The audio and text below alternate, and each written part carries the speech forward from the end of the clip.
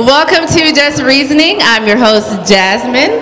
This is a format where we talk all things Caribbean, from news to politics to entertainment to sports. So, without further ado, I have to introduce my special co-host, starting with Fire Kyle, one of Houston's most famous Caribbean promoters. Very well known in Houston. Rhythm International. Rhythm Radio, all types of things. All types of things. All types of things. That's what he does. Just like CW to take somebody's shine, man. Right? You know what I mean? Jeez. God, it's not about you right now. Anyway, we have, of course, Chris Walters, aka CW of Soul Rebel Productions, and also the producer of the show. And of course, we have Mr. Gary Ferran of Special.com. She gets it good this time, my yo. Oh God, you know, it's hello. Anyway, anyway, this is a special edition of the show because we are commemorating and acknowledging Caribbean Heritage Month. So you guys ready to reason? Yeah, let's do it. Let's go. You ready? You sure, Kai? Let's go. You sure? All right. Okay, first topic. June has been officially proclaimed as Caribbean Heritage Month by President Obama. Really commemorating and acknowledging the contributions that Caribbean Americans and the Caribbean culture have contributed to society. So June is the month. Yeah, yay. So I mean, I was doing some research on that. I guess in 2006 is when they officially proclaimed this, and just kind of realized that over decades and time, Caribbean people have contributed a lot to American society. So I think it's good. It's something that we should all be proud of. From wherever we come from, it's our time to shine. But why you think it took so long? Because somebody had to. I mean, we've been here for yeah, because just like anything else, I mean, somebody has to light the match. So there's a professor of Caribbean studies who basically raised the issue to a congressperson, get a bunch of signatures, and that's how everything happens. They're not going to just come and, hey, Jamaicans and Cubans have been here for a while. Paul could have done it. I mean, he could have said something. Yeah. I think that's sort of reality of carnivals all over the states, man. Mm-hmm. That's what I think. Yep. All right, on to the next headline topic. A Jonestown Memorial was formed in Oakland, California. Do you guys remember the massacre in 1978? Jim Jones. 1978. I was not born yet, but I heard you were like 40 years old. What are you talking about? And he still thinks he's 40.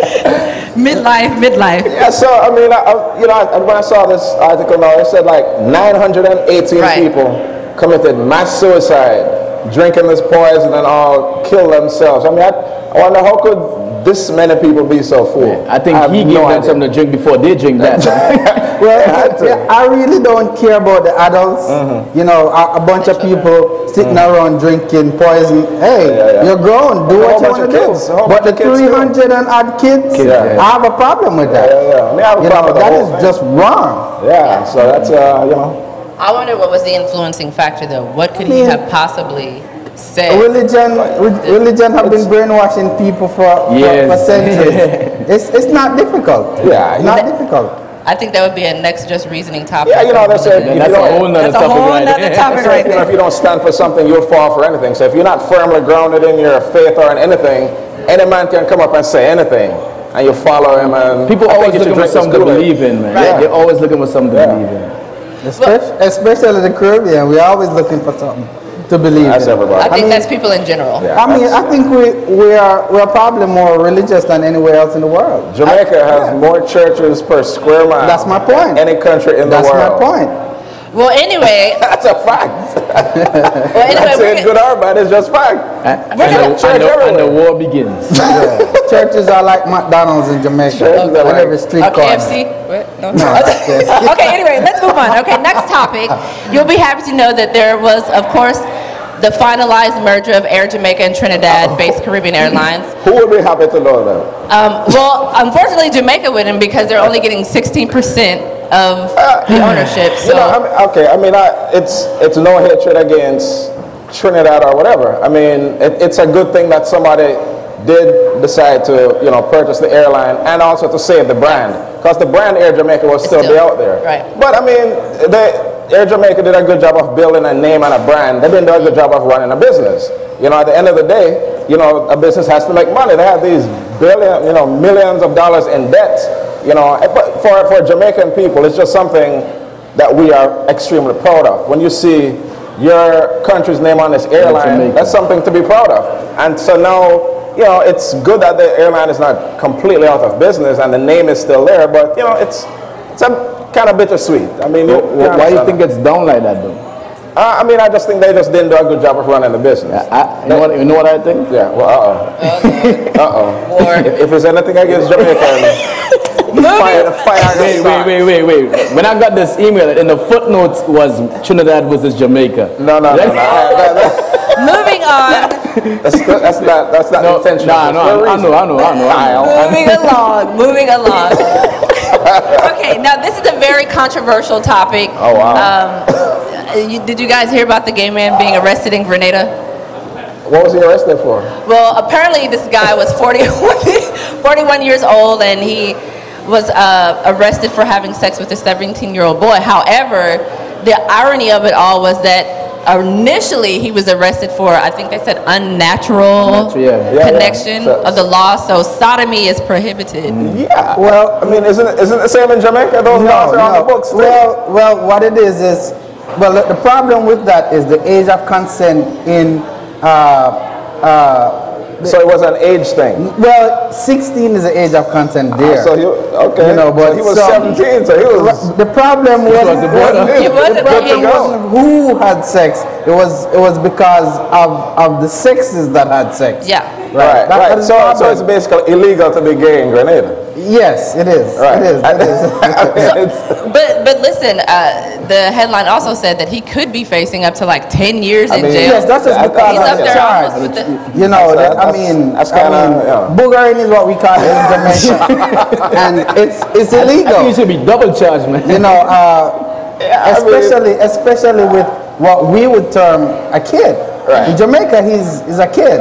You know. So, I mean, if you look at the name of the charge, unnatural connection, that's what he was officially charged with. Right. So when I saw that, you know, it's like a controversial topic I always like to bring up with people. Do you think people are born gay, or do you think people choose to be gay?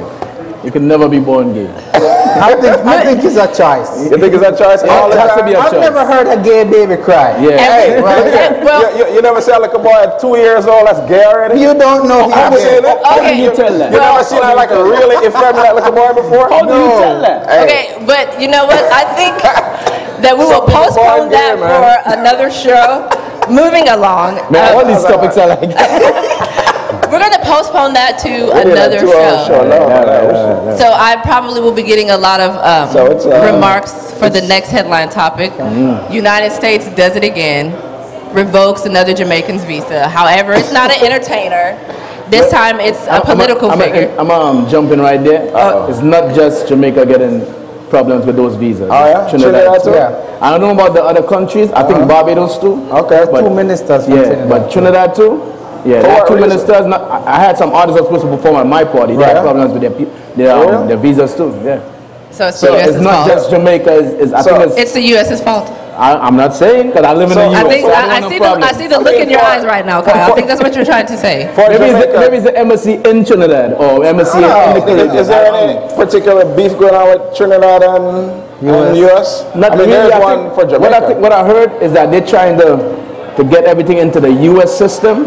Not only that, because of the whole recession thing, a lot of people laid off and everything is like kind of delayed. It's not being stopped. Right. But it's still a big problem. You know what I'm saying? It's still a big problem. Yeah, I mean, especially for an artist, man. I mean, if you, like, you know, when they just up and just cancel Beenie Man's visa and these big artists, you know how much money, they depend on that money. Because they're not making much money from album sales. They need these shows. You can only do so much. Yeah, so you lock off these 50 United States where you can't make any money. That's some serious thing. Especially for an entertainer. But the ironic thing is this person, Mr. James Robertson, he's not an entertainer. He's a minister of energy and mining. That's right. He should have a diplomatic passport. You know, it's like they that never seems kind of personal right there. And the thing was, they never gave a legitimate reason as to why they revoked the visa. So they don't need to. You go and apply for a visa. They tell you we should let them Americans have to get visas to come to Jamaica. No, and then we deny some people. That's going to create a bigger problem right there. We're trying to fix it, not trying to make bigger ones. I'll be stabbing yourself in your own back. Yeah, I don't know. Well, anyway, we're going to take a quick break. We're going to come back for more hot topics, and we have a special part of the show coming up. But please follow us on Twitter at Just Reasoning. Live tweet us during the show so we can give you some feedback also. We'll be right back.